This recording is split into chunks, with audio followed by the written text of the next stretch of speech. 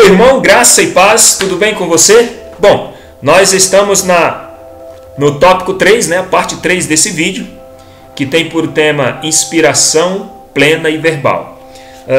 Se você clicou nesse vídeo agora e você não assistiu o vídeo 1 nem o 2, nós estamos estudando a lição de número 1, que tem por tema inspiração divina e autoridade da Bíblia. Nós estamos no terceiro trimestre de 2017, que tem por tema estudando sobre a Bíblia Sagrada.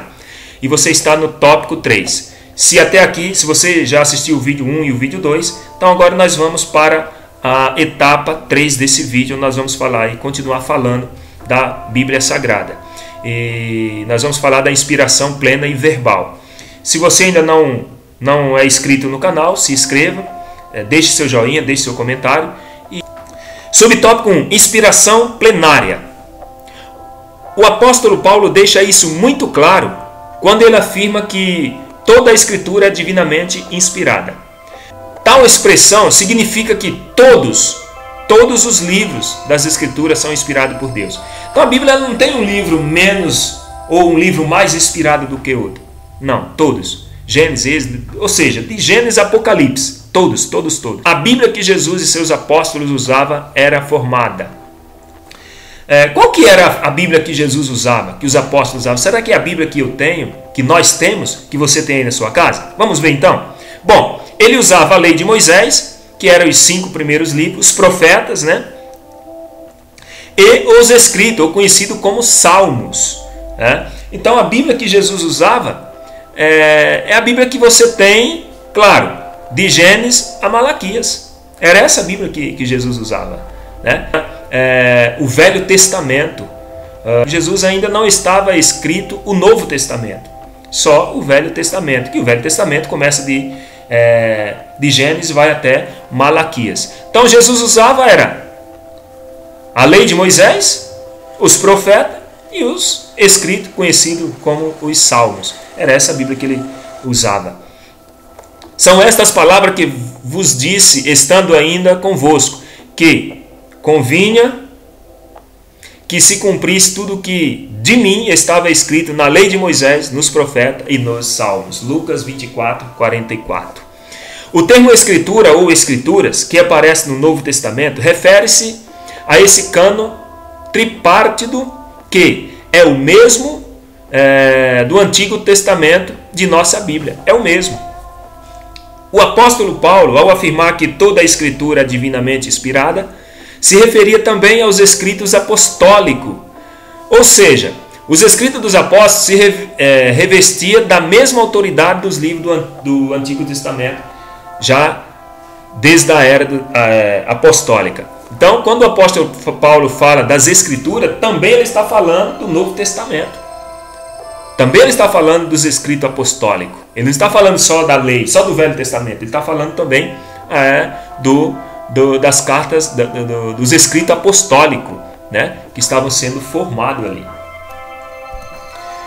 O apóstolo Pedro considera ainda as epístolas paulinas como escritura. Olha só o que o apóstolo Pedro disse aqui em 2 Pedro 3, 15, 16. Paulo lhe escreveu com a sabedoria que Deus lhe deu. Ele escreveu da mesma forma em todas as suas cartas, falando delas destes assuntos. Suas cartas contêm algumas coisas difíceis de entender, as quais os ignorantes e instáveis torcem, como também o fizeram com as demais escrituras, para a própria destruição deles. Então o apóstolo Pedro aqui, vamos dizer assim, ele dá uma autenticidade aos escritos do apóstolo Paulo, comparando com as escrituras sagradas. O apóstolo Paulo ensinava. O que é que ele ensinava? Ele ensinava o seguinte, 1 Timóteo 5, 18. Porque diz a Escritura, não ligarás a boca ao boi que debulha, e digno é o obreiro de seu salário. Então veja só. Na verdade aqui é o mesmo versículo, né? E digno é o obreiro de seu salário. O apóstolo coloca lado a lado a citação da lei de Moisés e dos evangelhos. Então Paulo, o que é que Paulo faz aqui? Ele pega a lei de Moisés e os escritos apostólicos.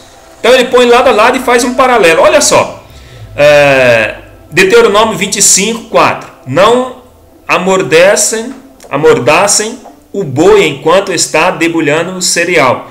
E olha o que diz aqui em Mateus 10, 10. Não leve nenhum saco de viagem, nem túnica extra, nem sandália, nem bordão, pois digno é o trabalhador, pois o trabalhador é digno do seu sustento. Paulo deixa claro que seus escritos são de origem divina, visto que vocês estão exigindo uma prova de Cristo fala por meu intermédio. Uma prova de que Cristo fala por meu intermédio. Ele não é fraco ao tratar com vocês, mas poderoso entre vocês. 2 Coríntios 13, 3. Também agradecemos a Deus sem cessar, pois, ao receber de nossa parte a palavra de Deus, vocês a aceitaram, não como palavra de homem, mas segundo verdadeiramente é, como palavra de Deus, que atua com eficácia em vocês, os que creem. 1 Tessalonicenses 2,13. Então, Paulo aqui deixa bem claro que seus escritos eram de origem divina. Podemos afirmar que os 66 livros do Antigo Testamento é divinamente inspirado? Isso é uma pergunta. E a resposta é, claro que sim. Todos os 66 livros nós podemos afirmar com certeza que são inspirados por Deus, pelo Espírito Santo. Tá certo, meu amado? Subtópico 2, inspiração verbal. O que significa inspiração verbal? Cada palavra significa que cada palavra foi inspirada pelo Espírito Santo. Então, cada palavra foi inspirada pelo Espírito Santo. Delas também falamos, não com palavras ensinadas pela sabedoria humana, mas com palavras ensinadas pelo Espírito. Esse Espírito aqui é o Espírito Santo de Deus, interpretando verdades espirituais para os que são espirituais, de acordo com 1 Coríntios 2,13. Então, isso significa essa revelação, essa inspiração, significa que ela foi inspirada pelo próprio Espírito Santo de Deus. Significa que as ideias vieram de Deus. Né? A ideia veio de Deus. O homem escreveu, os escritores, eles foram escrevendo, mas as ideias centrais vieram de Deus. Não foi coisa da mente humana. Olha o que diz 2 Pedro 1,21.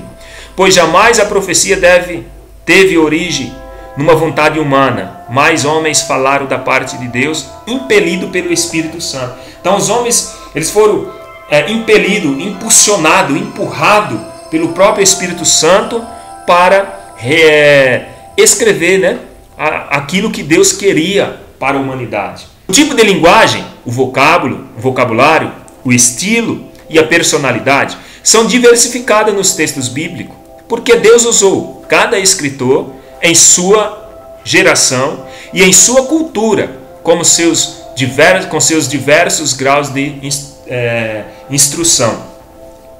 Eles não foram tratados como meras máquinas, mas como instrumento usado pelo Espírito Santo.